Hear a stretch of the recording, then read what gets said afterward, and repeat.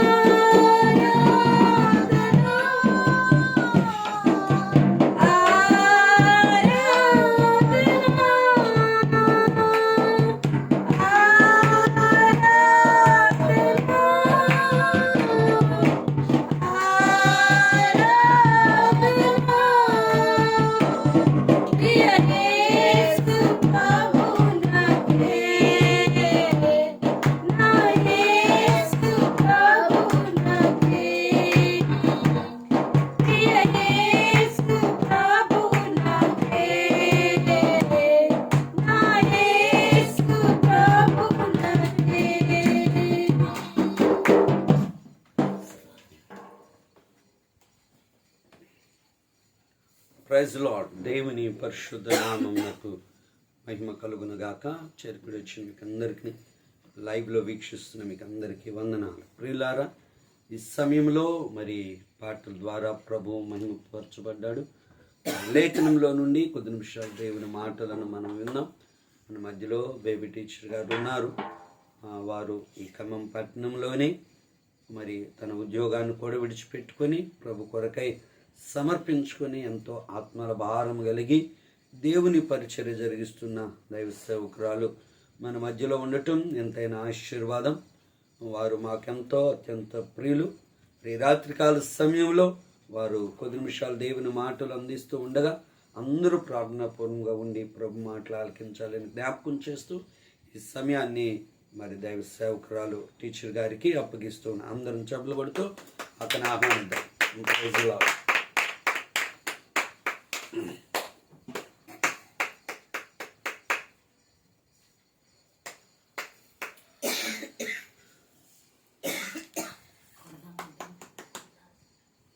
అందరికీ ముందుగా దేవాతి దేవునికి ఇటు అవకాశం ఇచ్చిన దేవునికి వందనాలు తెలియజేసుకుంటున్నాను.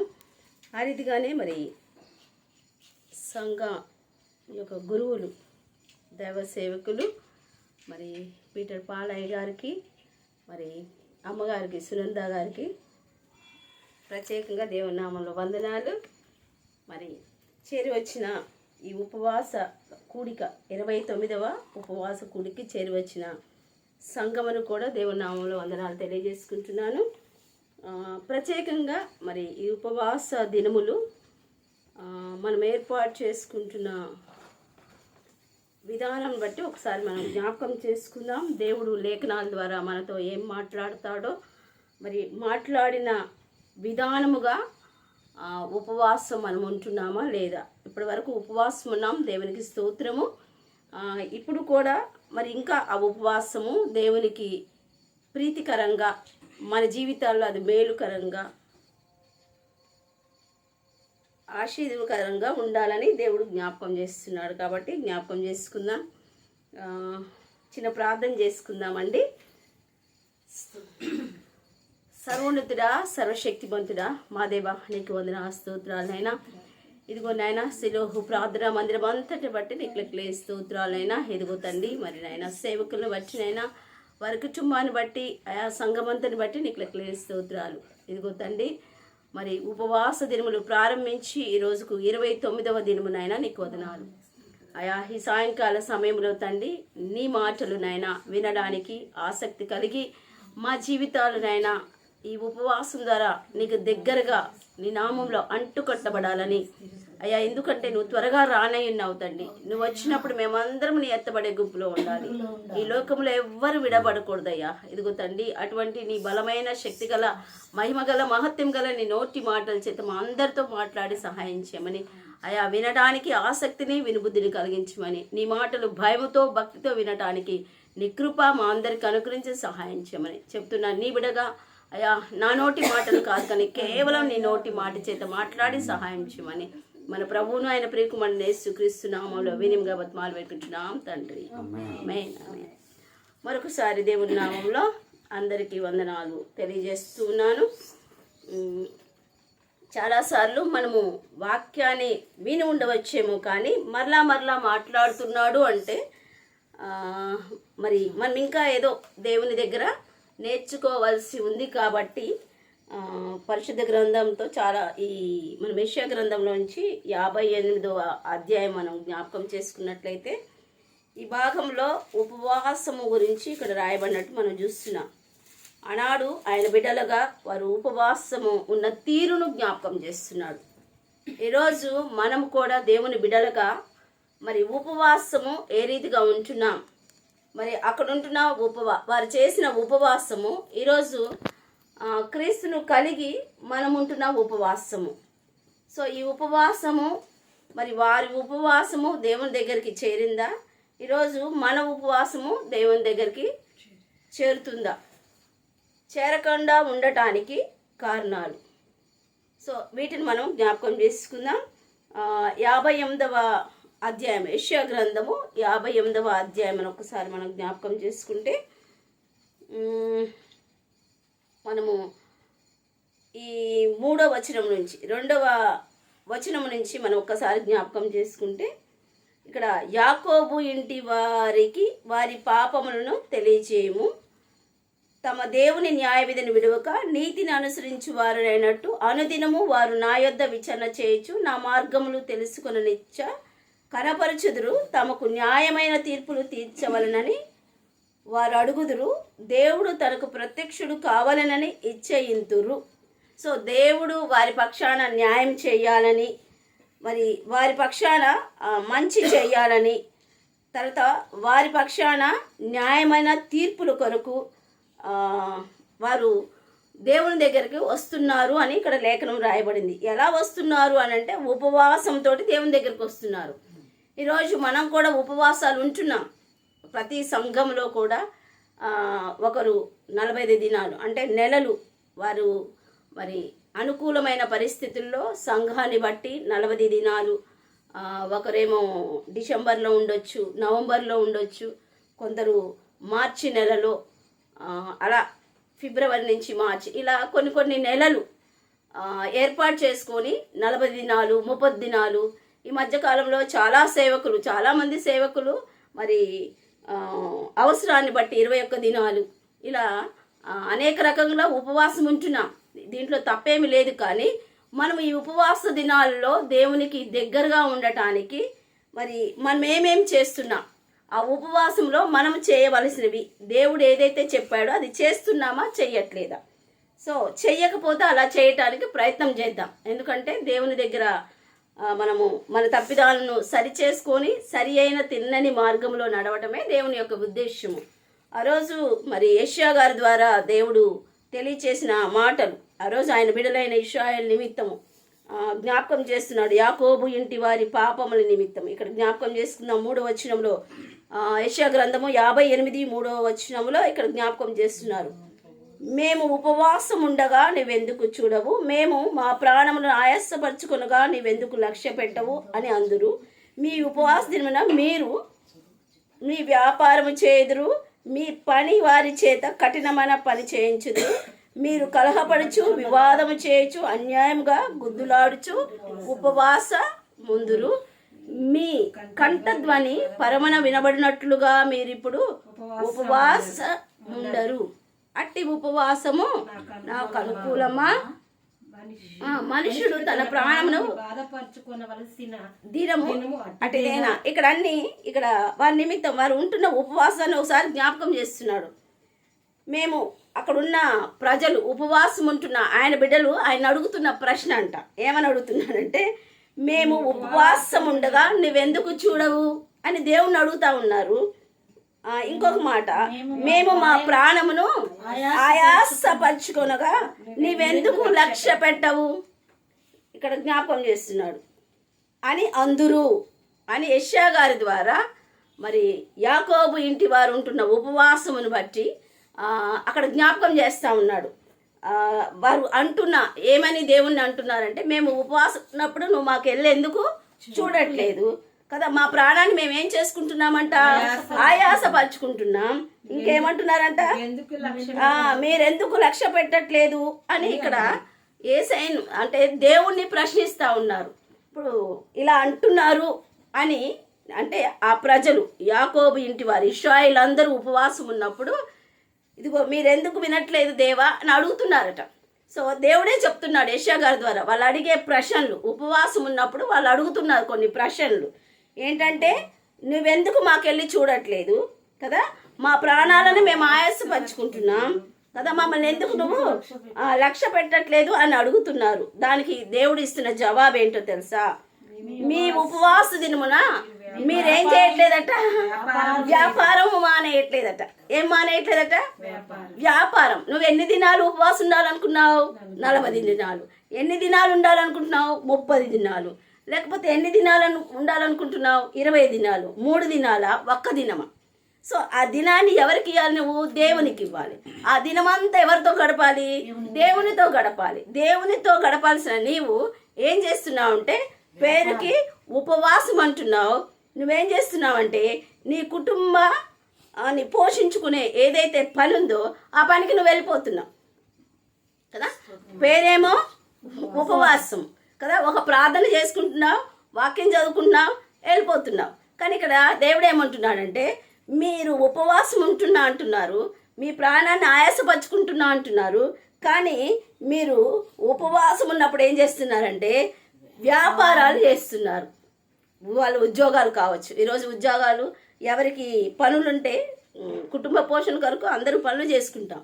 ఉద్యోగాలకు వెళ్ళే వాళ్ళు ఉద్యోగాలు, చేతి పనులు చేసుకునే వాళ్ళు చేతి పనులు, వ్యాపారాలు, చిన్న వ్యాపారమా పెద్ద వ్యాపారమా. సో మీరు ఉపవాసం ఉండి ఏం చేస్తున్నారంట, వ్యాపారం చేస్తున్నారు.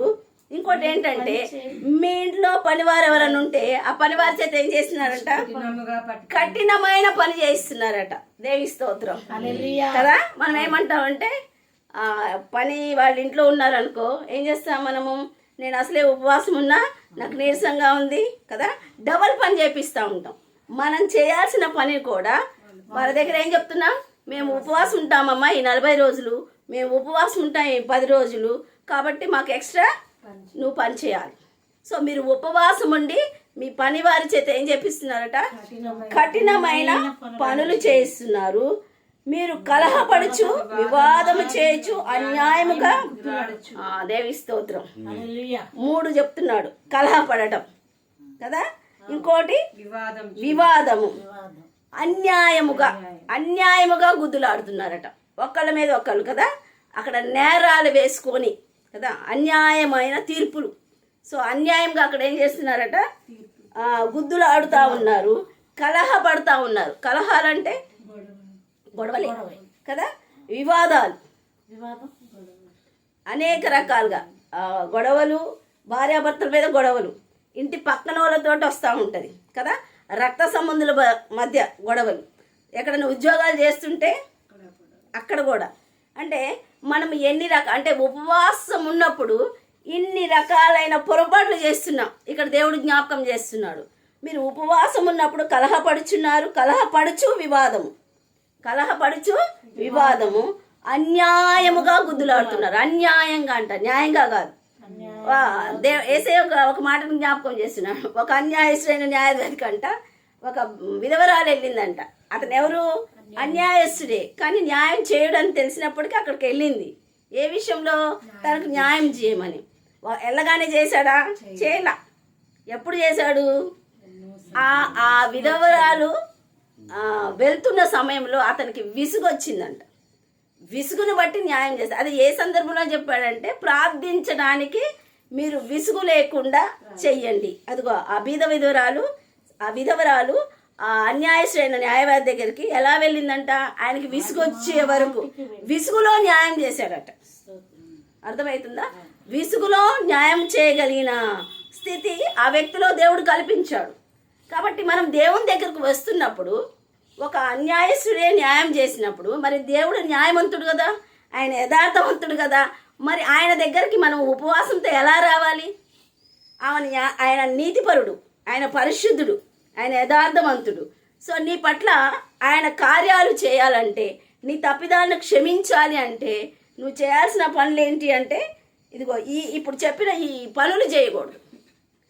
మీరు ఉపవాసం ఉన్నప్పుడు వ్యాపారము, మీ సొంత అంటే మీ కుటుంబ పోషణకు మీరు ఏదైతే ఉద్యోగాలు చేస్తున్నారో, వ్యాపారం చేస్తున్నారో ఆ పనులు చేయొద్దు. ఇంకో మాట ఏమి ఇచ్చాడంట, పనివారి చేత కఠినమైన పనులు చేయించొద్దు, కలహపడుచు వివాదాలు, గుద్దులు ఆడటం, ఇవన్నీ కూడా చేయకూడదు. ఇంకొక మాట ఇక్కడ ఇచ్చాడు, మీ కంఠధ్వని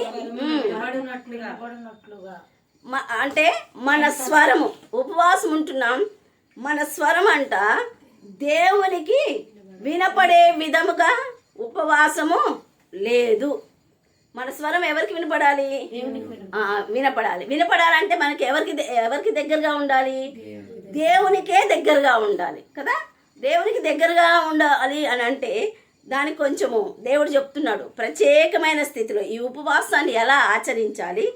మీరు చేయకూడని పనులు చేస్తూ ఉపవాసం ఉంటున్నారు కాబట్టి మీ కంఠస్వరం ఎక్కడికి వినపడట్లేదట, పరలోకంలోని దేవునికి వినబడట్లేదు. అట్టి ఉపవాసము నాకు అనుకూలమా? అదిగో మీరు చేసే ఉపవాసము నాకు అనుకూలము కాదు. మరి అనుకూలమైన ఉపవాసం ఏంటి? ఇక్కడ జ్ఞాపకం చేస్తున్నాడు. ఇంకో మాట కూడా అంటున్నాడు, మనుష్యుడు తన ప్రాణమును బాధపరుచుకొనవలసిన దినము అటుదేనా. ఇదిగో ఈ ఉపవాసం అప్పుడు ఇదిగో ఈ రకంగానైనా మీరు బాధపరుచుకునేది మీ శరీరాన్ని కదా. ఇలాంటి ఉపవాసం నాకు అక్కర్లేదు, అసలు ఈ విధము కాదు. ఉపవాసంలో మీ శరీరాన్ని కదా బాధ పెట్టుకోవడం అంటే అసలు ఇది క్రమమే కాదు. అందుకే మీ స్వరం నాకు వినబడట్లేదు. కాబట్టి వినబడాలంటే మనం చేయాల్సినవి దేవుడు పర్టికులర్గా ఇక్కడ రాశాడు, జ్ఞాపకం చేస్తూ ఉన్నారు. కాబట్టి జ్ఞాపకం చేసుకుందాం. ఒకడు జమ్ము వలె తల వంచుకొని గోనపట్ట కట్టుకొని బూడిద పరుచుకొని కూర్చుండుట ఇది కూడా ప్రశ్నే కదా. జమ్ము వలె తల వంచుకొని, జమ్ము అంటే నీళ్ళు పడగానే ఇట్లా వంగిపోతుంది. సో అలా నువ్వు తల వంచుకొని బూడిద గోనపట్ట కట్టుకొని బూడిద. మనకి చాలాసార్లు కొంతమంది సేవకుల్లో ఎక్కడో ఒక చోట అలా బూడిద పోసుకొని గోనెపట్ట కట్టుకొని అని గోటపట్ట కట్టుకొని ఇలా బూడిద మీద పోసుకుంటారు. అది కూడా ఉపవాసము కాదు, అది కూడా ఉపవాసము కాదు అని చెప్తూ, అట్టి ఉపవాసం యెహోవాకు ప్రీతికరమని మీరు అనుకుందిరా. ప్రీతికరం అంటే ఇష్టము. ఇలా మీరు గోనెపట్ట కట్టుకొని బూడిద పోసుకున్నంత మాత్రాన ఈ ఉపవాసము దేవునికి ఇష్టమని మీరు అనుకుంటున్నారా అంటే అనుకోవట్లేదని అక్కడ జ్ఞాపకం చేస్తున్నాడు. కాబట్టి ఇక్కడ ఇలాంటి ఉపవాసము ఇప్పుడు మనం చదివిన భాగంలో గోనెపట్ట కట్టుకొని బూడిద రాసుకున్న ఉపయోగమేమీ లేదు అని ఈ ఉపవాసాన్ని జ్ఞాపకం చేస్తూ ఈ కిందికి వస్తే మనం ఎలా ఉపవాసం ఉండాలి. మనం 7వ వచనం దగ్గరికి వస్తే, నీ ఆహారము ఆకలి కొనిన వారికి పెట్టుటయు నీ రక్త సంబంధికి ముఖము తప్పి. ఇక్కడ 6వ వచనం ఒకసారి చదువుకున్నాం. దుర్మార్గులు కట్టిన కట్లను విప్పుటయు కాడిమాను మేకులు తీయుటయు బాధింపబడిన వారిని విడిపించుటయు ప్రతి కాడిని విరగొట్టుటయు నేర్పరచుకుని ఉపవాసము కదా. దేవునికి స్తోత్రం. మనము లూకా సువార్తలోకి మనము 4వ అధ్యాయం అక్కడికి వెళ్తే అక్కడ యేసయ్య ఈ లోకానికి ఎందుకు వచ్చాడు అంటే ఏముంటుంది అక్కడ, యెషయా గ్రంథంలో బీదలకు సువార్త ప్రకటించుట కొరకు, చెరలో ఉన్న వారిని విడిపించుట కొరకు, రోగులకు స్వస్థతనిచ్చుట కొరకు, ప్రభు యొక్క హితవచనాన్ని ప్రకటించడానికి అని వచ్చినట్టు అక్కడ లేఖనాలు రాయబడుతుంది. మరి ఉపవాసము ఉన్నప్పుడు మరి మనం ఉపవాసంలో ఉన్న మనం ఏం చేయాలంట అంటే ఇక్కడ కొన్ని ఇచ్చాడు. దుర్మార్గులు కట్టిన కట్లను విప్పాడు. మన చుట్టూ దుర్మార్గులు అంటే ఆ రోజు పరిసయ్యులు కూడా ఉన్నారు, సద్దూకయ్యులు ఉన్నారు. పరిసయ్యులు ఎప్పుడు చూసినా వాళ్ళకి కొన్ని స్ట్రిక్ట్ రూల్స్ ఉండేవి కదా. యేసయ్య దగ్గరికి చాలాసార్లు వచ్చారు. మీ శిష్యులు చేతులు కడుక్కోకుండా కాలు కడుక్కోకుండా అన్నం తింటున్నారు కదా. ఇలాంటివి చాలా యేసయ్య దగ్గరికి కొన్నిసార్లు తీసుకొని వచ్చినట్టు మనం చూస్తున్నాం. అట్లనే అంటే దుర్మార్గులు కట్టిన పరిసయ్యులు ఏమంటారంటే పులిసిన పిండి వంటి వాళ్ళు.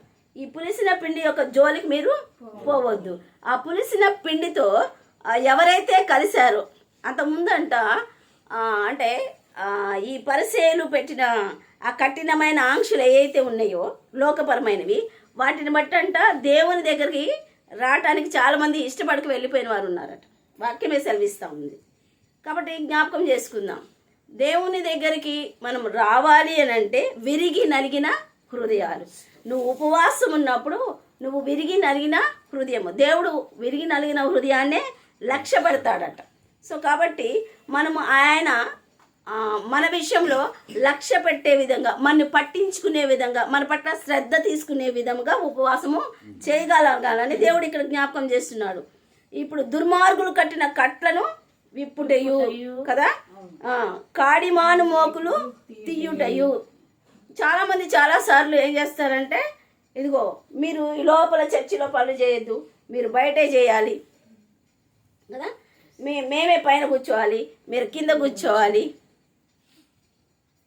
పరిసయ్యులు వీళ్ళంటే ఎక్కడ కోరుకుంటారట, సొంత వీధుల్లో ఏం కోరుకుంటారట, వందనాలు కోరుకుంటారట. ఎక్కడైనా ఫంక్షన్కి వెళ్ళినప్పుడు అగ్రపీఠాలు కోరుకుంటారట, ఇది అగ్రపీఠాలు కోరుకుంటారట. కాబట్టి ఇట్లాంటివి దేవునికి ఇష్టమా? ఇష్టం లేదు. ఇట్లాంటి వాటి కింద ఉన్నవారు కూడా చాలామంది ఉన్నారు. అంటే వాళ్ళు క్రైస్తవులే, దేవుని కలిగే ఉన్నారు, కానీ దేవుని సన్నిధికి అంటే పూర్ణ హృదయంతో పూర్ణ ఆత్మతో ఆయన సన్నిధికి ఆరాధించే విధముగా మరి సంఘ బిడ్డల్ని మనము ప్రోత్సహించే వారిగా ఉండాలి కదా. కాబట్టి జ్ఞాపకం చేసుకుందాం, నువ్వు తలస్నానం చేయకుండా ఎందుకు వచ్చావు. ఇప్పటికీ చాలా కొన్ని చోట్ల అటువంటి క్రమాలు చాలా ఉన్నాయి కదా. కాబట్టి జ్ఞాపకం చేసుకుందాం. మీరు బాప్తీసం తీసుకోలేదు కాబట్టి ప్రార్థనలు చేయొద్దు. అంటే ఇవన్నీ వారి పక్షాన ఉన్నవి ఏంటవి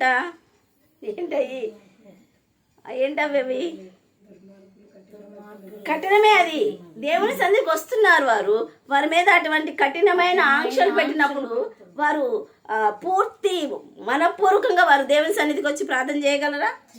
అక్కడ పరిసేడు సుంకని ప్రార్థన మనం జ్ఞాపకం చేసు. పరిసేడు ఏమంటున్నాడంటే, అయ్యా నేను పుదీనాలోను కొత్తిమీరలోను నేనేమిస్తున్నాను, జీలకర్రలోను దశమ భాగం ఇస్తున్నాను, వారానికి 2 సార్లు ఉపవాసం ఉంటున్నాను కదా, ఇలాంటివి నేను చేస్తున్నాను. ఈ సుంకరి లాగా నేను లేను అంటే పరిసేడు వారి మీద ఏం పెట్టారు, సుంకర్లు ఉపవాసము దశమ భాగాలు ఇవ్వట్ల కదా. అలా ఈ సుంకరి లాగా లేనని ఆ సుంకరిని చూపిస్తా ఉన్నాడు. అంటే సుంకరి చేయట్లేదనే కదా, ఇలా చేస్తేనే దేవుని యొక్క ఆశీర్వాదం వస్తుందనే కదా అక్కడ. అంటే అలాంటి కాడి మనం ఏం చేయాలంట, యేసయ్య మనందరి కొరకు వచ్చాడు. మన మీద ఉంటున్న పాపం అంతటిని ఆయన పోగొట్టడానికి కదా. ఆయన రక్తంలో నుంచి మనం ఏం చేయడానికి వచ్చాడు, అశుద్ధి చేయటానికి, బాగు చేయటానికి. కాబట్టి ఇదే యెషయా గ్రంథంలో మనము 2వ అధ్యాయం మనకి అటు వెళ్తే, మీ పాపాలు ఎర్రగా ఉన్నవి కదా, నేను హిమం వలె తెల్లగా చేస్తాను, రండి మన వివాదము తీర్చుకుందామని అక్కడ జ్ఞాపకం చేస్తూ ఉంటాడు. కాబట్టి ఇక్కడ జ్ఞాపకం చేసుకుందాం. ఈరోజు మన పాపములు బట్టి మన ప్రార్థన ఎక్కడికి చేరట్లేదట, పరలోకం చేరట్లేదట. పరలోకం చేరాలి అంటే మనం చేయాల్సిన పనులు ఇవి కదా. మందిరంలోనికి అందరినీ మనం తీసుకురాగలగాలి. అందరినీ మనము ఇప్పుడు మందిరంలో ఏమి ఇవ్వాలంట, అందరికి అవకాశం ఇవ్వాలి కదా. ప్రార్థన చేయాలని మనసులో ఉన్నా నీకేం తెలుసు, మొన్నే మారేగా నువ్వు చేయడానికి వీల్లేదు ఇలా అంటూ ఉంటారు. కాబట్టి ఇట్లాంటివి చాలా ఉన్నాయి మనకి. సో ఇలాంటి దేవుని దగ్గర ఇలాంటి పనులు ఆయనకి ఇష్టం లేదు. అందుకే పరిసేయుల జోలికి సద్దుకాయల జోలికి వెళ్ళొద్దని దేవుడు జ్ఞాపకం చేస్తున్నాడు. కాబట్టి పౌలు గారు కూడా అంటారు, సున్నం కొట్టిన సమాధులు అంటున్నాడు. కాబట్టి వాళ్ళు ఎలా ఉన్నారంటే పైకి దేవుని భక్తి కలిగిన వారిలాగే ఉన్నారు, లోపలంతా ఏముందంట, సరుకు లేదు. అంటే దేవుని యొక్క వాక్యం లేదు, ఆ వాక్యంలో ఉన్న ఆ మార్గం వారిలో లేదు. కాబట్టి దేవుని వాక్యం వింటున్నామంటే, ఆయన నోటి మాట వింటున్నామంటే ఆయన మార్గంలో మనము నడవగలగాలి. నడవలేని పరిస్థితిలో అంటే వారు చెయ్యరు కానీ ఎదుటోళ్ళని చేయమని ఇబ్బంది పెట్టే పరిస్థితులు. సో యేసయ్య ఈ లోకానికి అందుకే వచ్చాడు. ధర్మశాస్త్రము మనము దానిలో ఉన్నప్పుడు ఎవ్వరు కూడా ఏమవరంట ఇంకెప్పుడు కదా పాపము అనేది ఆ పాపంలోనే ఉండవలసి వస్తుంది. కాబట్టి యేసు క్రీస్తే మరి తానే ఆ ధర్మశాస్త్రం అంతటిని ఆయన ఈ లోకంలో మానవుడిగా వచ్చి కదా, మానవుని యొక్క శరీరాకారంతో ఈ లోకానికి వచ్చి కదా, ఆయన మనందరి నిమిత్తం కదా, ఆయన పరిశుద్ధుడిగా నీతిమంతుడిగా కదా, యథార్థంగా ఉండి ఆయన మీద ఎవ్వరూ తప్పు మోపలేకపోయారంట. ఆయన తీర్పులోనికి వచ్చినప్పుడు ఆయన నిలబెట్టారట. పిలాతు ముందు వచ్చాడు, హేరోదు ముందు వచ్చాడు కదా, వచ్చినప్పటికీ ఎవ్వరు కూడా ఆయన మీద నేరము మోపలేకపోయారు. యూదులకు రాజు నువ్వేనా అంటే నేనే అన్నాడు, నువ్వు అన్నట్టే అన్నాడు. కాబట్టి ఆ రాజు ఎలా ఉన్నాడో అలా మనం ఉండగలగాలి. సో అలా ఉన్నప్పుడే మనకి పాప విమోచన. అందుకే క్రీస్తులో మన పాపంలో ఏమైనాయి అంటే కొట్టివేయబడినవి. ఆయనే మన కోసం ప్రయాసపడి ఈ లోకానికి వచ్చాడు. ప్రయాసంతో ఆయన మన నిమిత్తము మరి తండ్రిని వేడుకుంటా ఉన్నాడు. ఇంకా మనం ఏ ఒక్కరము నశించుట ఆయనకి ఇష్టం లేదు. కాబట్టి జ్ఞాపకం చేసుకుందాం. మరి అటువంటి క్రీస్తును కలిగి ఉన్న మనము, మరి దేవుని మార్గంలో నడుస్తున్న మనము, ఉపవాసం ఉంటున్న మనము, మరి దేవునికి సమీపంగా ఉన్నామా? ఉపవాసంలో ఆయనకి ఇష్టమైన రీతిలో మనం ఉపవాసం చేయగలుగుతున్నామా అన్నదే ఇక్కడ దేవుడు జ్ఞాపకం చేస్తూ ఉన్నాడు. కాబట్టి జ్ఞాపకం చేసుకుందాం. ఇక్కడ ఉపవాసం ఉన్నప్పుడు నువ్వేం చేయాలంటే, నీ ఆహారము ఆకలి కొనిన వారికి పెట్టుటయు, నీ రక్త సంబంధికి ముఖము ఈ 2 విషయాలు జ్ఞాపకం చేస్తున్నాడు. నువ్వు ఉపవాసం ఉన్నప్పుడు ఏం చేయాలంట? ఆకలి గనిన వారికి పెట్టాలి, ఆహారం పెట్టాలి. మనం ఏం చేస్తాం? ఇవాళ ఉపవాసం కాబట్టి ఎంతమంది ఉంటున్నారు ఉపవాసం? 2 ముగ్గురా? 3. ఇంక ఇంట్లో ఎంతమంది తింటారు? 2. ఆ 2కి సరిపోని వండేస్తాం. ఈరోజు ఉపవాసం ఉంటున్నావు, దేవుని దగ్గర నీ శరీరాన్ని అలగొట్టుకుంటున్నావు. ఈ పూట నీ అన్నం ఏం చేయాలి? నీ ఆహారం ఏం చేయాలి? ఎవరైతే ఆకలితో ఉన్నారో వారికి ఆహారాన్ని పెట్టాలి. సో అలా పెట్టినప్పుడే దేవునికి ఇష్టమైన ఉపవాసం. ఇదొకటి జ్ఞాపకం చేస్తున్నాడు. ఇంకో ఏమంటున్నాడంటే, నీ రక్త సంబంధికి ముఖము తిప్పకుండుటియు కదా. రక్త సంబంధులు వాళ్ళు ఎవరైనా కానీ, వారి అవసరత కానీ, ఏదైనా కానీ మన దగ్గరకు వచ్చినప్పుడు కదా, మనతో మాట్లాడుతున్నప్పుడు లేదా వీధిన వాళ్ళకి మనకు గొడవ ఉంది అనుకుందాం, వాళ్ళకి మనకు పడలేదనుకో, మనం ఆ దారిలో వెళ్తున్నాం, వాళ్ళు అంత దూరంలో ఉండగానే మనం ఏం చేస్తాం? మొక్కం తిప్పుకొని వెళ్తాం కదా. మరి ఉపవాసం ఉన్నప్పుడు ఇది చేయొచ్చా? ఇది చేయమని చెప్పాడా దేవుడు? ఆయనకి ఇలాంటి ఇష్టం లేదు. కానీ మన లోపల అన్నీ మనం అలానే ఉంచుకొని మనం పైకి ఒక్కటి ఏం చేస్తామంటే ఉపవాసం అని ఒక పేరు. ఇప్పుడు డ్రెస్సులు కూడా పెట్టుకున్నాం, వైలెట్ కలర్ డ్రెస్సులు, వైట్ కలరు, చెప్పులు లేకుండా నడవటము కదా, కొన్ని చేస్తూ ఉంటాం. ఇది కాదు దేవునికి. నీ రక్త సంబంధి, నీకు నీ రక్త సంబంధికి ఏదైనా వివాదం వచ్చినప్పుడు, నువ్వు ఉపవాసం ఉన్నప్పుడు, నీకు కనబడినప్పుడు నువ్వు ఆయనతో సమాధానం, ఎవరైతే దేవుణ్ణి ఎక్కువ కలిగి ఉంటారో వారే ముందు సమాధాన పడాలని వెతికి పట్టుకోవాలంట సమాధానాన్ని. మనమే దేవుణ్ణి ఎక్కువ ఎవరు కలిగి ఉంటే వారే సమాధానాన్ని వెతికి పట్టుకోవాలని దేవుడు జ్ఞాపకం చేస్తున్నాడు. అటువంటిది ఆయనకి ఇష్టమైన ఉపవాసం. ఉపవాసంలో అది కూడా ఒకటి భాగమే. నీ రక్త సంబంధి ఒకవేళ నీ దగ్గరికి అప్పు కోసం వచ్చాడు అనుకోండి, నీ దగ్గర ఉంచుకొని లేదు అని కూడా చెప్పకూడదు, సహాయం చేయాలి. ఇవన్నీ దేవుడు జ్ఞాపకం చేస్తున్నాడు. కాబట్టి జ్ఞాపకం చేసుకుందాం. ఇక్కడ ఇంకో మాటలు కూడా జ్ఞాపకం చేస్తున్నాడు. దిక్కుమాలిన బీదలను నీ ఇంట చేర్చుకున్నటయు. ఎవరంట? దిక్కుమాలిన బీదలను కదా, ఏ దిక్కు లేని వారిని కదా, ఇబ్బందులు పడుతున్న వారిని, ఏ ఆసరా లేని వారిని మన ఇంట చేర్చుకోవాలంట.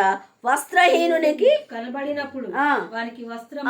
నీవు వెళ్తున్నప్పుడు, నీ ఏ దారిలో నువ్వు వెళ్తున్న దారిలో వస్త్రాలు లేకుండా, ఒంటి మీద బట్టలు లేకుండా వాడు ఇబ్బంది పడుతున్నప్పుడు, ఆ వ్యక్తి ఎవరైనా స్త్రీ కావచ్చు, పిల్లలు కావచ్చు, వృద్ధులు కావచ్చు, పెద్దలు కావచ్చు, వాళ్ళు ఎవరైనా కూడా వారికి మనం ఏం చేయాలంట? వస్త్రములు ఇవ్వాలి అని జ్ఞాపకం చేస్తున్నాడు. బీదలను ఇంటి చేర్చుకోవాలి, దిక్కుమాలిన బీదలను కదా. వస్త్రహీనులు కనబడినప్పుడు వారికి వస్త్రాలు ఇవ్వాలి.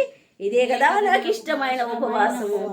ఇష్టం లేని ఉపవాసం తెలియజేశాడు, ఇష్టమైన ఉపవాసాన్ని తెలియజేశాడు. మనం ఇష్టమైన ఉపవాసం ఇప్పుడు చెప్దాం. ఇష్టమైన ఉపవాసం చేస్తున్నామా? దేవునికి ఇష్టమైన ఉపవాసం చేస్తున్నామా? ఇష్టమైన ఉపవాసం చేస్తే దేవునికి వందనాలు. ఎందుకంటే నేను చూడకపోవచ్చు కదా, మీరు నా ఉపవాసాన్ని చూడకపోవచ్చు, నేను మీ ఉపవాసాన్ని చూడకపోవచ్చు, కానీ పరమున్న దేవుడు చూస్తున్న దేవుడు. మన దేవుడికి ఒక పేరు పెట్టింది. ఎవరు పెట్టింది? ఆగరు పెట్టింది కదా, ఐగుప్తు కదా. అబ్రహాం యొక్క దాసి అయిన హాగరు దేవునికి ఒక పేరు పెట్టిందంట, చూచుచున్న దేవుడు. ఆమెను ఎక్కడ చూశాడు అంటే అరణ్యంలో చూశాడు కదా. కాబట్టి మనం కూర్చున్నట, నిలబడుట, పడుకొనుట ఎవరికి తెలుసు? దేవునికి తెలుసు. కాబట్టి నువ్వు దేవునికి నమ్మకమైన ఉపవాసము చేయాలి. దేవుడు కోరుకునేది ఇది.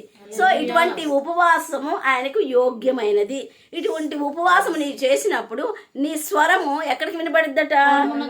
నువ్వు ఏదైతే దేవుని దగ్గర ఏదైతే అడుగుతున్నావో, అడిగింది దేవుడు ఏం చేస్తాడంట? ఇస్తాడు. ఆయనకి వినబడతాయి అంట. అందుకే అంటాడు కదా, నా చెవులు మందము కాలేదు, నేరకున్నట్లు నా చెవులు మందము కాలేదు, రక్షింపబడ నేరకున్నట్లు నా హస్తము కురచ కాలేదు. నా చెవులు మందం కాలేదు, నా చెయ్యి కురచ కాలేదు. ఎందుకు మీ స్వరం నా దాకా ఎందుకు వినబడలేదంటే మీ పాపాలే అందుకు అడ్డుగా ఉన్నాయంట. సో ఇవన్నీ మన తప్పిదాలే. మన ఉపవాసం ఉండి చేస్తున్న తప్పిదాలు ఇవి కదా. మన ప్రాణాన్ని ఆయాసపరుచుకుంటే దానివల్ల మనకి ఏమీ వచ్చేది ఉండదు. కానీ దేవుడు చేయమన్నవన్నీ మనం చేయగలగాలి. బీదల్ని జ్ఞాపకం చేసుకోవాలి, వస్త్రాలు లేని వారిని జ్ఞాపకం చేసుకోవాలి. మన ఇంట బీదలను చేర్చుకోమని ఇక్కడ జ్ఞాపకం చేస్తున్నాడు. మరి మన రక్త సంబంధికి మొహం తిప్పుకోకూడదని జ్ఞాపకం చేస్తున్నాడు. కాబట్టి ఇటువంటి ఉపవాసము కదా నాకు ఇష్టమైన ఉపవాసం. ఏ ఉపవాసం అంట? దేవునికి ఇష్టమైన ఉపవాసం. మనం ఈ ఉపవాసము చేయగలగాలని దేవుడు జ్ఞాపకం చేస్తున్నాడు. ఆ కింద ఇంకొక మాటను జ్ఞాపకం, అలాగున నువ్వు చేసిన నీ వెలుగు వేకువ చుక్క వలె ఉదయించును. ఇలాంటి ఉపవాసం చేస్తే మీరు ఎలా ఉంటారట? నీ వెలుగు ఎలా ఉంటదట? వేకువ చుక్క వలె ఉదయించును కదా. మన వెలుగు అంటే మనమే వెలుగు. వెలుగేనండి. యేసే ఈ లోకానికి వెలుగుగా వచ్చాడు. ఆయన వెలుగులో మనకు వెలిగించబడాలి. యేసుక్రీస్తులో వెలిగించబడిన నువ్వు ఎక్కడ ఉండాలంట? కొంచెం కింద కాదు ఉండేది, దీపస్తంభం మీద ఉండాలి. ఉప్పు నిస్సారమైతే దానివల్ల ప్రయోజనం లేదు, అది దేనికి పనికి రాదు అంట. కానీ నిస్సారమైన ఉప్పులాగా ఉంటావా, రుచికరమైన ఉప్పులాగా ఉంటావా? క్రీస్తులో రుచికరమైన ఉప్పులాగా మనము క్రీస్తులో వెలిగించబడిన మనము ఎక్కడ ఉండాలంట? దీపస్తంభం మీదే ఉండాలి.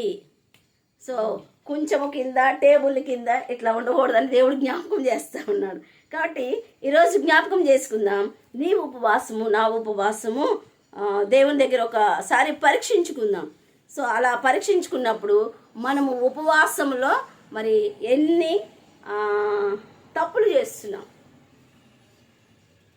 అది మనకి అర్థమవుతుంది. కాబట్టి ఇప్పుడు మనకి అర్థమయ్యే ఉంటుంది దీంట్లో ఎన్ని మిస్టేక్లు మనం చేస్తున్నాం ఉపవాసంలో కదా. వాటిని సరి చేసుకోవడానికి ఒక ప్రయత్నము చేయగలగాలి. వాక్యం అందుకే కదా మన సరి చేసుకోవడానికి. ఈ వాక్యము మన పాదాలకి దీపం, మన త్రోవకు వెలుగు. ఇది కంఠత వాక్యమే కదా. కంఠత వాక్యమే, ఈజీగా చెప్పగలుగుతాం. చెప్తున్నా ఈ వాక్యము కంఠతగా చెప్తున్నాం. కానీ ఈ వాక్యము మనం ఎలా మరి దాన్ని బట్టి నడుచుకుంటున్నామా, నడుచుకోవట్లేదా? మన త్రోవకు వెలుగుగా చేసుకుంటున్నామా, చేసుకోవట్లేదా అనే దేవుడు జ్ఞాపకం చేస్తున్నాడు. దేవుని యొక్క వాక్యము మన వెలుగులో నడిపిస్తుందంట. చీకటిలో నుంచి, అంధకారంలో నుంచి ఆయన వెలుగులోనికి కదా, ఆయన యథార్థతలోకి, ఆ సత్యములోనికి. అందుకేసే అంటాడు, నేనే మార్గం, నేనే సత్యం, నేనే జీవం. కాబట్టి జ్ఞాపకం చేసుకుందాం. ఇటువంటి ఉపవాసము నాకు ఇష్టమైనది. స్వస్థత నీకు శీఘ్రముగా లభించును. నువ్వు ఒకవేళ నీ ఉపవాసంలో నీకు ఏదైనా బలహీనత ఉంది, ఒక రోగం వచ్చింది, డాక్టర్లు అసాధ్యం అన్నారు, కానీ దేవునికి సమస్తము సాధ్యమే. ఎందుకంటే ఆయన పరమ వైద్యుడు. ఆ రోగము కొరకు నువ్వు స్వస్థత కొరకు దేవుని దగ్గరికి వచ్చామేమో, ఆ బలహీనత కొరకు. ఇలాంటి ఉపవాసం చేసినప్పుడు, దేవుని చెప్పిన మాదిరిగా నువ్వు ఉపవాసం చేసినప్పుడు నీ జబ్బు ఏమవుతుందట? శీఘ్రముగా అంటే నీకు వెంటనే, అంటే స్వస్థత నీకు శీఘ్రము, వెంటనే నీకు స్వస్థత వస్తుంది అని అక్కడ జ్ఞాపకం చేస్తున్నాడు. నీ నీతి నీ ముందర నడుచును కదా. మనం చేసే ఆ ఉపవాసంలో మన నీతి ఏమవుతుందట? మనకి ముందుకి నడుస్తుందట. కాబట్టి అలా నడిచే విధంగా దేవుని యొక్క నీతి మన ముందు ఉండే విధంగా మనము ఉపవాసంలో ఉండాలని దేవుడు జ్ఞాపకం చేస్తున్నాడు. కాబట్టి యెహోవా మహిమ నీ సైన్యపు వెనుకడి భాగమును కావలికాయను. అప్పుడు నీవు పిలువగా యెహోవా ఆయన జవాబిస్తాడంట. మనకి కావాలి. ఆ రోజు ఇశ్రాయేలు కదా ఐగుప్తులో వెళ్తున్నప్పుడు సముద్రం అడ్డు వచ్చింది కదా. సముద్రం అడ్డు వచ్చిందా? రాలేదండి. మోషే గారికి ముందుగా దేవుని మహిమ ఉందంట. వెనక దూతలు ఉన్నారంట. దూతల వెనక శత్రువులు. ఆ శత్రువులకి ఇశ్రాయేలుకి మధ్యలో దేవుడు కనబడకుండా ఎవరిని ఉంచాడంటే ఆయన దూతల్ని ఉంచాడు. ఆ పరముందన్న దూతల్ని ఎక్కడికి దించాడంట? తన బిడ్డల కొరకు భూమి మీదకి దించినట్టు. ఆయన మోషేకు ముందుగా ఆయన మహిమను ఉంచాడంట. ఆ గాలికి ఆజ్ఞాపించాడంట, తూర్పు గాలికి. ఆ గాలి చేత అక్కడ ఏమొచ్చిందంట? మధ్యలో ఆరిన నేల వచ్చిందంట. ఇశ్రాయేలు చక్కగా నడుచుకుంటూ వెళ్ళిపోయారట. శత్రువులు వాళ్ళు వెళ్ళిపోయారు కదా, మనం కూడా వెళ్ళొచ్చని వాళ్ళు కూడా నడుచుకుంటూ మధ్యలోకి వచ్చేసరికి మొత్తం మళ్ళీ ఏమైపోయిందంట? ఆ మార్గము మూసివేయబడింది కదా. శత్రువు బారిన పడకుండా దేవుడు కాపాడినట్టు చూస్తున్నాం. కాబట్టి మన ఉపవాసము దేవునికి సమీపముగా చేరాలి. కాబట్టి అందుకే మనము నిత్యము దేవుని సన్నిధిలో ఉపవాసం ఉంటున్నప్పుడు మనం ఖచ్చితంగా ఆ దినము నువ్వు 3 దినములు ఉంటావా, 4 దినములు ఉంటావా, 10 దినములు ఉంటావా, ఆ దినాలు మనం ఒక వ్రత దినముగా చేయాలి. కేవలం దేవుని సన్నిధిలో మనం గడపడానికి ప్రయత్నం చేయాలి. కాబట్టి ఆ సమయంలో మనము ఏదో నేను ఉపవాసం ఉన్నాను, నాకు చేత కావట్లేదు, నీరసంగా ఉంది, అలా మనము మళ్ళీ మన ముఖ కవలికల్ని విచారంగా కూడా పెట్టద్దు కదా. దాన్ని ఏమంటారంటే వేషల్లాగా మీరు అలా ముఖాలను వికారము చేసుకోకూడదు అని దేవుడు జ్ఞాపకం చేస్తున్నాడు. ఇశ్రాయేలు చాలాసార్లు అంటారు, నమ్మకమైన నగరము వేశ్యాయనే. వేశ్య అంటే ఏదో శారీరకంగా తప్పు చేస్తేనే వేశ్య అని అక్కడ జ్ఞాపకం అంటలేదు. కానీ దేవుడు అన్య విగ్రహాలు, నేను తప్ప మీకు వేరొక దేవుడు ఉండకూడదు అని చెప్పినప్పుడు వారు ఎక్కడికి వెళ్తే అక్కడ ఆ ప్రాంతంలోని యొక్క విగ్రహాలను దేవతలను వారు ఆరాధించినప్పుడు వీరు బొత్తిగా చెడిపోయారు, నన్ను విడిచిపెట్టారు. కాబట్టి వీరికి శిక్ష. నినేవే ప్రజలను ఆ రీతిగానే దేవుని విడిచిపెట్టి భయంకరమైన తప్పులు, భయంకరమైన పాపము జరుగుతున్న సమయంలో యోనా గారిని పంపించి తెలియజేసినట్టు మనం చూస్తున్నాం కదా. వారు 3 దినములంట ఉపవాసం ఉండి ప్రార్థించారు, పశువులతో సహా. పసిపిల్లలకు కూడా వారు పాలు ఇవ్వలేదంట. వాళ్ళ కన్న బిడ్డలకు కూడా 3 దినాలు ఏమీ లేదట, పాలు ఇవ్వలేదు. ఎంత కఠినమైన ఉపవాసం. వాళ్ళు ఏమనుకున్నారంటే ఒకవేళ ఆయన మనసు మార్చుకొని మన క్షమిస్తాడేమో, ఇస్తానన్నా శిక్ష ఇవ్వడేమో అని వారు అనుకొని రాజుతో సహా పట్టు వస్త్రాలు తీసేశాడంట. రాజుతో సహా పట్టు వస్త్రాలు తీసివేసి కదా గోనె పట్టు కట్టుకొని బూడిద రాసుకొని కూర్చున్నాడట. వారు చేసింది తప్పు అని తెలుసుకొని, అయ్యో మా తప్పుల్ని క్షమించండి. సో అంత కఠినమైన ఉపవాసం చేసినప్పుడు ఆయనే వారి నిమిత్తము బాధపడి, అయ్యో ఇటువంటి జనులనా నేను శిక్షించాలనుకుంది, నేను శిక్షించను అని వారి పట్ల మనసు మార్చుకున్నాడు. ఎందుకంటే ఆయన జాలి కలిగిన దేవుడు, దయ కలిగిన దేవుడు. కాబట్టి వారు అంత కఠినమైన ఉపవాసము చేయగలిగారు. కాబట్టి మనము జకర్యా గ్రంథంలో 8వ అధ్యాయానికి వస్తే కూడా ఇశ్రాయేలు అంట 3వ నెల ఉపవాసం చేసినట్టు కదా, 7వ నెల, 10వ నెల, 5వ నెల, ఇలా 4 నెలలు అక్కడ ఉపవాసం. అవి ఎలా చేస్తారట, వాళ్ళు చేశారట పండుగ దినాలంట కదా, మనోహరమైన పండుగ దినాలు. ఇక్కడ ఇదే యెషయా గ్రంథంలో 58వ అధ్యాయంలో 13వ వచనము ఇక్కడ ఒకసారి జ్ఞాపకం చేసుకుందామా. నా విశ్రాంతి దినమున వ్యాపారము చేయకుండా నాకు ప్రతిష్ఠితమైన దినమని నీవు ఊరకుండిన ఎడల విశ్రాంతి దినము మనోహరమైనది ప్రతిష్ఠిత దినమనియు ఘనమైనదనియు అనుకొని దాని ఘనముగా ఆచరించిన ఎడల నాకు ఇష్టమైన పనులు చేయకయు వ్యాపారము చేయకయు లోక వార్తలు చెప్పకనయు ఉండిన ఎడల నీవు యెహోవా యందు ఆనందించదవు. దేశము యొక్క ఉన్నత స్థలముల మీద నేను నిన్ను ఎక్కించదు. చాలు చాలు చాలు చాలు నాన్న. ఇక్కడ జ్ఞాపకం చేసుకున్నాం విశ్రాంతి దినాన్ని కూడా, ఉపవాస దినాన్ని ఎలా జ్ఞాపకం చేస్తున్నాడో విశ్రాంతి దినములో కూడా మనం చేయవలసిన దేవుడు జ్ఞాపకం చేస్తాడు. విశ్రాంతి దినాన మనం వ్యాపారము చేయకుండా ఏం చేయదట, వ్యాపారం చేయకుండా నాకు ప్రతిష్ఠితమైన దినమని నువ్వు ఊరకుండిన ఎడలా కదా. విశ్రాంతి దినము మనోహరమైనదియు యెహోవాకు ప్రతిష్ఠిత దినమైనయు ఘనమైనదనియు అనుకొని దాని ఘనముగా ఆచరించాడు. 3, ఒకటేమో మనోహరమైనది, ప్రతిష్ఠిత దినము, ఘనమైనది. ఈ 3 రకాలుగా మనం అనుకొని దాన్ని ఘనముగా ఆచరించారంట. ఏంటది? విశ్రాంతి దినం. సో విశ్రాంతి దినము ఈరోజు పరిశుద్ధ దినం. మనం ఆదివారాన్ని జరిగిస్తున్నాం, యేసయ్య తిరిగి లేచిన దినాన్ని ఎలా జరిగిస్తున్నాం కదా. ఫస్ట్ ఆరాధన 7:30 నుంచి 9:30 వరకు అంటే ఫస్ట్ ఆరాధనకు వచ్చి మళ్ళీ డ్యూటీకి వెళ్ళిపోతాం కదా. విశ్రాంతి దినం అంతా ఎవరిది? దేవునిది. ఆ దినం అంతా ఎవరిలో గడపాలి? దేవునిలోనే గడపాలి. ఆయనతోనే మన సహవాసము. సో ఆ సహవాసం చేయకుండా 1 గంట 2 గంటలు గడిపి మనం ఏం చేస్తున్నాం, వెళ్ళిపోతున్నాం. నీకు 6 దినాలు దేవుడు నీ పనుల్లో, నీ రాకపోకల్లో, నీ ఆరోగ్య విషయంలో, నీ కుటుంబ ఆర్థిక పరిస్థితుల విషయంలో, బిడ్డల విషయంలో, భర్త విషయంలో కదా, రక్త సంబంధుల విషయంలో నువ్వు అడిగినది ప్రతిదీ నీకు చేస్తూ నేను అనుదినము ఆయన సంరక్షిస్తూ ముందుకు నడిపిస్తున్నప్పుడు ఈ 7వ దినమున ఆయన సన్నిధికి వచ్చి నువ్వు పూర్ణ హృదయంతో, పూర్ణ ఆత్మతో, బలముతో, వివేకంతో ఆయన మనము ఆరాధించాలి. ఎలా ఆరాధించమన్నాడు యేసయ్య? ఆత్మతో సత్యంతో ఆరాధించేవారు లేరు అంట.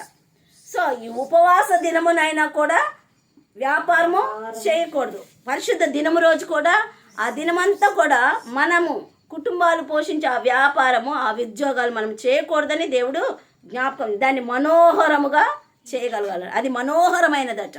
కాబట్టి మనోహరమైనదంటే మనోహరము, అందమైంది, ఇంకా రమ్యంగా, సౌందర్యం కదా. అంటే విశ్రాంతి దినాన్ని అది దేవుని యొక్క సన్నిధిలో ఆయన పరిశుద్ధాత్మ మధ్యలో మన మధ్యలో సంచరిస్తూ ఉంటుంది, మనతో ఉంటాడు ఆయన కదా. కాబట్టి నువ్వు కృతజ్ఞత చెల్లించాలి, థ్యాంక్స్ చెప్పాలి. సో ఎన్నిటికి చెప్పాలి అంటే నీ పట్ల ఎన్ని కార్యాలు చేశారో వాటన్నిటినీ చెప్తా ఉండాలన్నమాట. కాబట్టి నువ్వు ఎంతవరకు చెప్తున్నావు? 1 గంట 2 గంటలు కూర్చున్నామంటే అబ్బా మనం ఆ నడువు నొప్పని, కాలు నొప్పని, అటు తిరిగి ఇటు తిరిగి మేలకలు తిరుగుతూ ఉంటాం. ఇది దేవుడు చూడడా కదా కదా, దేవుడు చూస్తూ ఉంటాడు. అది దేవునికి ఎలా ఉండాలి? నీది అది ఘనమైనదిగా ఉండాలంట. ప్రతిష్ఠిత దినం అంట, ఘనమైన దినమనే మనం అది ఘనముగా ఆచరించాలని దేవుడు చెప్తున్నాడు. నీకు ఇష్టమైన పనులు చేయకయు వ్యాపారం, నీకు ఇష్టమైన పనులు చేయొద్దట, వ్యాపారం చేయొద్దట, లోక వార్తలు చెప్పుకోవద్దు. మనం చర్చి అయిపోను కూడా అయిపోదు, అక్కడ వాక్యం చెప్తూనే ఉంటారు. ఇక్కడ అది ఆ పక్కన గురించే, ఇగో ఆయన గురించే. ఇప్పుడు అయ్యగారు చెప్పింది, ఇగో వాళ్ళ పిల్లలందరూ అట్లనే ఏంటవి మందిరంలోనే ఉండి చెప్పకూడని పాటలు అక్కడ చెప్పుకుంటాం. మళ్ళీ బయటకు వచ్చి అయిపోయాక ఇంకెన్ని లోక వార్తలు? మీ చీర బాగుంది, మీరు కారు కొన్నారా, మీ పిల్లలు ఎక్కడ చదువుతున్నారు, 2 లక్షలు కట్టా, మీరెంత కదా. ఇలాంటివన్నీ లోక వార్తలే. అక్కడ జరిగింది, మా ఇంటి దగ్గర ఇది జరిగింది, మీ ఇంటి దగ్గర మన ఏదో జరిగిందంటే కదా మాకు కొంచెం తెలిసింది, నిజమేనా? ఇవన్నీ ఏ వార్తలు? ఈ లోక వార్తలు అన్నీ కూడా ఏమవుద్దట, చెప్పుకొనక ఉండిన యెడల నీవు యెహోవా యందు చెప్పుకోకుండా ఉంటేనే నువ్వు యెహోవా యందు ఆనందిస్తావు. సో నీ అంటే నీ విశ్రాంతి దినము దేవుని సన్నిధిలో ఆనంద దినముగా ఉండాలి. నీకు విచారంగా, దిగులుగా, బాధగా, ఇంకొకరి మీద కదా లేనిపోని నేరాలు కదా, ఇవన్నీ మనం మాట్లాడుకోకూడదని దేవుడు జ్ఞాపకం చేస్తూ ఉన్నాడు. ఉపవాసాన్ని జ్ఞాపకం చేస్తున్నాడు, ఇటు పరిశుద్ధ దినాన్ని కదా, విశ్రాంతి దినాన్ని, ఈ రెండింటిని జ్ఞాపకం చేస్తున్నాడు. రెండింటికి దగ్గర సంబంధం ఉందా లేదా అండి? ఉందా లేదా? ఉంది. కాబట్టి జ్ఞాపకం చేసుకుందాం. దేశం యొక్క ఉన్నత స్థలముల మీద నేను నిన్ను ఎక్కించెదను. ఇలాంటివి చెయ్యకుండా ఉంటే దేశంలో ఉన్నతమైన స్థలం మీద దేవుడు ఏం చేస్తాడంట, మనని నిలబెడతాడట. అందుకనే దావీదు గారు అదే అంటారు కదా, అయ్యా నన్ను ఉన్నతమైన స్థలంలో నిలబెట్టాం కదా, ఎక్కలేనంత కదా. ఎంత అసలు దావీదు గారు అయితే ఎక్కలేరు. ఒక్కసారి గొర్రెల దొడ్డిలో నుంచి ఒక రాజుగా ఎక్కడం అంటే అది సామాన్య విషయమా అండి కదా. అంత ఉన్నతమైన స్థానాన్ని. సరే, ఆయన రాజుగా అభిషేకించిన తర్వాత సౌలు గారు వెంబడించిన తర్వాత ఎన్నో యుద్ధాలు చేసుకుంటూ వచ్చారు. ఆ యుద్ధంలో ఎవరు విజయం ఇచ్చారు? దావీదుకు ముందు ఎవరు యుద్ధం చేసుకుంటూ వచ్చారు? దేవుడే కదా. రాజ్యాన్ని ఇచ్చిన దేవుడే ఆ రాజ్యాన్ని స్థిరపరచడానికి దావీదు పక్షాన నుండి యుద్ధం జరిగించి ప్రతి దాంట్లో కూడా విజయం ఇచ్చి స్థిరపరిచాడు. సో దేవునికి స్తోత్రం. కాబట్టి దావీదు ఎప్పటి నుంచి దేవుని కలిగి ఉండాలంటే బాల్యం నుంచి. సో మనం కూడా దేవుణ్ణి కలిగాం. మనం దావీదు గారి లాగా బాల్యం నుంచి లేనప్పటికీ ఒకవేళ మనం ఒక 20 సంవత్సరాలు రక్షణ పొందుకున్నాం ఆ దినం నుంచి కదా, ఆ 20 సంవత్సరాలు లేదా 30 సంవత్సరాల నుంచి రక్షణ దేవునిలోనికి వచ్చాం. ఆ వచ్చిన దగ్గర నుంచి మనము దేవుని దగ్గర ఉపవాస దినం ఎలా చేయాలి, ఈ వాక్యం ప్రకారం మనం ఉపవాస దినాలు ఉన్నట్లయితే, విశ్రాంతి దినము ఆయన చెప్పిన విధంగా మనం చేసినట్లయితే దేవుడు అంట రోగము నీది అది అప్పే కావచ్చు, రోగమే కావచ్చు, దేవుని దగ్గర ఇంకా నీ పిల్లల విషయంలో అడుగుతున్నామేమో, అది ఇల్లే కావచ్చు, ఏదైనా కావచ్చు, వాటన్నిటిని దేవుడు ఏం చేస్తాడంట. యోహాను సువార్త 15వ అధ్యాయంలోకి వెళ్తే, నా తండ్రి వ్యవసాయకుడు, నేనెవరంట, నిజమైన ద్రాక్షావళిని తీగలు మీరు కదా. నాలో ఫలించిన తీగలు ఏం చేస్తాడంట? ఫలించిన తీగ బహుగా ఫలించడానికి, ఇంకా ఎక్కువ ఫలించడానికి కదా మనము బహుగా ఫలించే వారిగా ఉండాలి. బహుగా ఫలించినప్పుడు నీకు ఏది ఇష్టమో అది తండ్రిని అడగండి, మీకు ఇచ్చేస్తాడంట. మనకిష్టమైంది కదా, మీకు ఏది ఇష్టమో అది అడగండి. ఎప్పుడు బహుగా ఫలించాలి. మనం ఫలించాం, కానీ దేవుడేమో యేసయ్య ఏమంటున్నాడు? ఇంకా బహుగా మీరు ఫలించాలి. నా తండ్రే వ్యవసాయకుడు, నేనే నిజమైన ద్రాక్షావల్లి, తీగలు ఎవరంట? మీరు, మనము. సో మనం ఆయనలో ఏమవ్వాలంట? ఫలించాలి. ఫలిస్తే బహుగా ఫలించడానికి దేవుడు ఇంకొంచెం ముందుకు నడిపిస్తాడు. ఆ నడిపించినప్పుడు, ఆ బహుగా ఫలించినప్పుడు అంట మనం అడిగింది ఏదైనా కూడా అది కాదనకుండా దేవుడు ఇచ్చేస్తాడు. అటువంటి బహుగా ఫలించే స్థితిలో ఉండాలని యేసయ్య కోరుకుంటా ఉన్నాడు. కాబట్టి మరి అటువంటి యేసయ్య కోరుకునే విధముగా మనం ఉపవాసం చేయగలగాలి. యేసయ్య కోరుకునే విధముగా మనము పరిశుద్ధ దినాన్ని ఆచరించే వారిగా ఉండాలని దేవుడు కోరుకుంటున్నాడు. కాబట్టి మరొకసారి మీరు సమయం పెట్టి ఈ 58వ అధ్యాయం మొత్తం మనం చదివినట్లయితే, యెషయా గ్రంథము, యోహాను సువార్త మరి 15వ అధ్యాయము మనం చదివినట్లయితే దేవుడు మనతో ఇంకా ఎక్కువగా మనము ఇప్పటి వరకు ఎటువంటి పొరపాట్లు చేసాం, ఆ పొరపాటుని మరలా మన జీవితంలో జరగకుండా దేవుడు ఆత్మీయంగా ఇంకా ఉన్నతంగా ఆయనలో ఫలించడానికి దేవుడు మనకి పరిశుద్ధాత్మ దేవుడు మనకి సహాయకారిగా ఉండి ముందుకు నడిపిస్తాడు. దేవుడు ఏదో ఈ రోజుకి వచ్చింది, సరిపోయింది, ఈ అప్పు తీరింది, అయిపోయింది అని కాదు. కానీ మనం ఉంటున్న సమాజము, మనం ఉంటున్న ప్రాంతంలో ప్రత్యేకమైన బిడ్డలుగా ఉన్నతమైన స్థితిలో దేవుడు ఆశీర్వదించాలని, అలా ఉంచాలని ఆయన అనుకుంటున్నాడు. కాబట్టి అటువంటి ఆశీర్వాదమైన ఉన్నతమైన స్థితిలో ఉండగలిగిన స్థితి మరి మన ఉపవాసంలోనూ మన పరిశుద్ధ దినము ఆచరించే విషయంలోనూ మరి అలా కలిగి ఉన్నప్పుడు దేవుడు మన దావీదు గారిని నిలబెట్టాడు కదా. నినేవే ప్రజలను దేవుడు క్షమించాడు కదా. యెహోషాపాతు ఆయన యుద్ధము ఆయన మీదకి వస్తున్నప్పుడు ఆయన కూడా 3 దినాలు ఉపవాసం ప్రకటించుకున్నప్పుడు ఆయనకు విజయం ఇచ్చాడు కదా. యేసయ్య శిష్యులు ఒక ప్రాంతం నుంచి ఒక ప్రాంతానికి వెళ్ళటానికి ఉపవాసం ఉండి వారి ప్రయాణాలను ముందుకు కొనసాగించారు. ఏ ప్రాంతానికి అయితే వెళ్ళినప్పుడు ఆ ప్రాంతంలో ఒక వ్యక్తిని సేవకుడిగా నిలబెట్టి సంఘముగా అక్కడ మరి ఏర్పాటు చేయటానికి కూడా వారు ఉపవాసం ఉండే చేశారు. చాలామంది అంటారు ఇప్పుడు ఉపవాసం ఉండనక్కర్లేదు అంటాడు. యేసయ్య చెప్పాడు కదా. పరిసయ్యులు వాళ్ళందరూ యేసయ్య దగ్గరికి వచ్చి, అయ్యా మీ శిష్యులు యోహాను శిష్యులు ఉపవాసం ఉంటున్నారు, మీ శిష్యులు ఎప్పుడు ఉపవాసం ఉన్నట్టు మేము చూడలేదు. అప్పుడు యేసయ్య అంటున్నాడు, పెళ్లి కుమారుడు ఉన్న ఇంటిలో ఉపవాసం ఉండదు, నేను వెళ్ళిపోయిన తర్వాత ఖచ్చితంగా వాళ్ళు ఉపవాసం ఉంటారు. ఉన్నారా లేదా? ఉన్నారు. మనం కూడా ఏదైనా కార్యం జరగాలంటే ఏం చేయాలి? ఖచ్చితంగా ఉపవాసం ఉండాలి. ఆత్మీయంగా మనం దేవుణ్ణి కలిగి ఉండాలన్నా, మన హృదయంలో ఆయన వాక్యం స్థిరపరచబడాలన్నా ఖచ్చితంగా మనము ఉపవాసం ఉండాలని దేవుడు జ్ఞాపకం చేస్తున్నారు. మరి ఈ 29వ ఉపవాస దినము కూడా ఈరోజు పూర్తి చేసుకుంటున్నాం.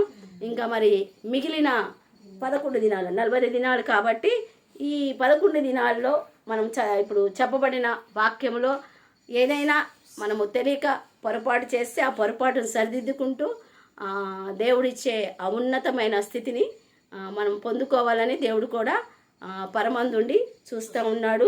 మరి ఇప్పటి వరకు మనం స్వరం అక్కడికి వినబడిందో వినపడలేదో ఇప్పుడు ఎవరికి వారు మనం పరీక్ష చేసుకోవాలి.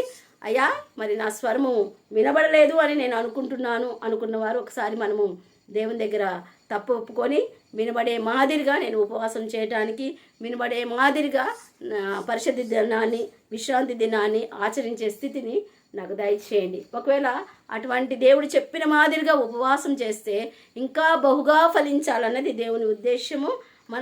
మనం ఏదైతే అడుగుతున్నామో అది ఇచ్చేయడానికి ఆయన ఇంకా ఇష్టపడుతున్నాడు. కాబట్టి ఇంకా బహుగా ఫలించాలి అని దేవుడు కోరుకుంటున్నాడు. ఆయన కోరిక మేరకు ఆ ఫలించే స్థితిని కూడా మనం కలిగి ఉండాలని ఈ ఉపవాసం ద్వారా, ఈ విశ్రాంతి పరిశుద్ధ దినం ద్వారా దేవుడు మనకు అనుగ్రహించి సహాయం చేసి దీవించి ఆశీర్వదించును గాక. ఆమేన్. చిన్న ప్రార్థన చేసుకుందాం. ప్రార్థన. మహోన్నతుడా, సర్వశక్తిమంతుడా, పరిశుద్ధుడా, మా దేవా నీకు వందనాలు స్తోత్రాలయ్యా. ఇదిగో తండ్రి, ఈ ఉపవాస దినమును బట్టి నాయన నీకు లెక్కలే స్తోత్రాలయ్యా. ఇదిగో 29వ దినములోకి నాయన నువ్వు నడిపించిన విధానాన్ని బట్టి లెక్కలే స్తోత్రాలయ్యా. ఇదిగో నిజమే తండ్రి, శరీరాలు నలగొట్టుకుని భారం కలిగి నీ సన్నిధిలో అయ్యా ప్రార్థిస్తుండగా తండ్రి, ఇది ఆచారముగా కాదు కానీ మా ఆత్మీయ స్థితి నీ నామంలో నాయన బలపడటానికి, మా కుటుంబ జీవితాలు నీ నామంలో అంటుకట్టబడటానికి తండ్రి అయ్యా, నీ వచ్చినప్పుడు నీ ఎత్తబడే గుంపులో ఉండటానికి నైనా మేము నాయనా ఇదిగో తండ్రి మా ఉపవాసం నాయనా ఇదిగో తండ్రి నువ్వు చెప్పిన మాదిరిగా చేయగలగటానికి నీ కృప మాకు అనుగ్రహించండి, సహాయం చేతండి అయ్యా. నీ మాటలు సత్యములు యథార్థములనైనా నీ యథార్థమైన మార్గములో మమ్మల్ని నడిపించమని అడుగుతున్నాను తండ్రి. నీకు ఇష్టమైన ఉపవాసాలు మేము చేయగలగటానికి మాకు సహాయం చేయండి. అవునయ్యా, ఇదిగో ఆహారం లేని వారికి ఆహారం ఇవ్వమంటున్నావు, వస్త్రాలు లేని వారికి వస్త్రాలనైనా, ఇదిగో బీదలనైనా ఇదిగో తండ్రి మరి అయ్యా మీ ఇంట చేర్చుకోమని నీ వాక్యం సెలవిస్తూ ఉందయ్యా. ఇదిగో ఉపవాసం ఉన్నప్పుడు నాయనా ఇదిగో మీరు మీ వ్యాపారాలు చేస్తున్నారు, అలా చేయొద్దంటున్నారు. మీ ఇంటిలో ఉన్న పనివారిని కఠినమైన పనులు చేయిస్తున్నారు, అలా చేయొద్దు అని చెప్తున్నావయ్యా. ఇదిగో నాయనా మీ సహోదరుకి రక్త సంబంధికి మీ ముఖము తిప్పొద్దు అని చెప్తున్నావు తండ్రి. అవునయ్యా, మేము ఇటువంటి వాటిని ఏదైనా చేసి ఉంటే క్షమించండి అయ్యా. ఇదిగో నాయనా నీకు ఇష్టమైన అయ్యా ఉపవాసం మేము చేయటానికి సహాయం చేయండి అంటున్నావు తండ్రి. మీ పాపాలే అవునయ్యా ఇదిగో అడ్డుగా ఉన్నాయి అంటున్నావు తండ్రి. అటువంటి పాపాన్ని నాయన మాలో ఉంటే తీసివేయండి నాయన, సహాయం చేయండి అయ్యా. ఇదిగో నీ బిడ్డలైన వారిని నువ్వే మాత్రమే క్షమిస్తావయ్యా. క్షమించగలిగిన దేవుడు నీవే, సామర్థ్యం కలిగిన దేవుడు నీవే తండ్రి. మా అందరినీ క్షమించి నీకు ఇష్టమైన ఉపవాసము, నీకు ఇష్టమైన పరిశుద్ధి దినమునైనా మేము ఆచరించడానికి సహాయం చేయండి. మేము బహుగా ఫలించే కృపను దయచేయండి అయ్యా. అప్పుడు మేము ఏది అడిగితే అది ఇస్తా అంటున్నావు తండ్రి. అవునయ్యా, మా హృదయ ఆలోచన తలంపులు ఉద్దేశాలు సమస్తాన్ని ఎరిగిన దేవుడు తండ్రి. అడగకుండానే నేను అక్కర్లు తీరుస్తా అంటున్నావు తండ్రి. ఇంకా ఇంత గొప్ప దేవుడు మాకున్నావు తండ్రి. మా కోసం ప్రాణం పెట్టిన యేసయ్యా నీకు వందనాలు అయా. నీ రక్తంలో పాప విమోచన కలిగించినందుకు నీకు వందనాలు తండ్రి. దగ్గర మా నిమిత్తం విజ్ఞాపన పెడుతున్నందుకు నీకు వందనాలు అయ్యా. అయా నీకే స్తోత్రం తండ్రి. అయా ఈ రోజునైనా 29వ ఉపవాస దినమంతట్లోనైనా నీవే మహిమ గంతలు పొందుకున్నందుకు నీకు వందనాలు స్తోత్రాలయ్యా. ఇదిగో రేపటి దినం కూడా తండ్రి అయా నీకు ఇష్టమైన ఉపవాసము అయా మేము చేయగలగటానికి అయా మా అనుదిన జీవితాల్లో, మా కుటుంబ జీవితాల్లో అయా మేము నాయన ఇదిగో తండ్రి ఆ ఇష్టమైన నాయన నీ ఉపవాసాన్ని అయా ఇష్టమైన అయా పరిశుద్ధ దినాన్ని నాయన ఆచరించి నాయన అది మనోహరముగా ఘనముగా చేయటానికి సహాయం చేయండి అయా. మాకుంటున్న ప్రతి అవసరత శీఘ్రముగా నైనా వాటిని నైనా రోగాలను తీసివేస్తున్నాను, రుణబాధలు అది ఏదైనప్పటికీ నైనా శీఘ్రముగానైనా సమాధానం ఇస్తా అంటున్నావు, జవాబిస్తా అంటున్నావు తండ్రి, విడిపిస్తా అంటున్నావు, సంరక్షిస్తా అంటున్నావు తండ్రి. నీకు వందనాలు అయ్యా. ఈరోజు ఎవరైతే నైనా ఏ స్థితిలో ఉన్నారో తండ్రి, ఆ స్థితిని బట్టి నీ సన్నిధికి వచ్చారో తండ్రి అయ్యా, వారందరి మనవులు విజ్ఞాపనలు మీరు ఆలకించండి, సహాయం చేయండి నాయన. నీ బిడ్డలైన వారిని నువ్వే కదా నాయన క్షమించేదయ్యా.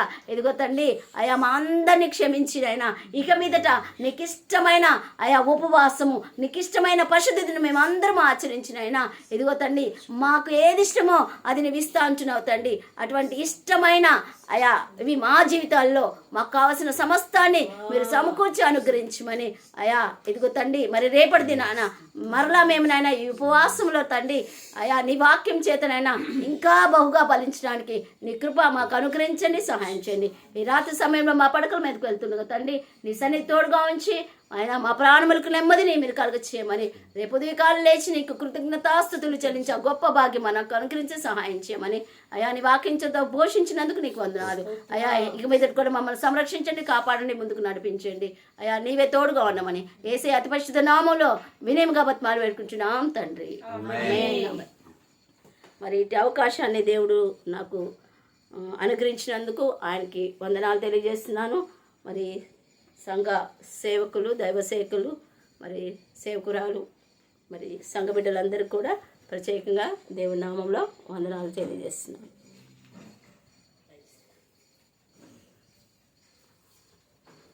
ఎక్కువ టైం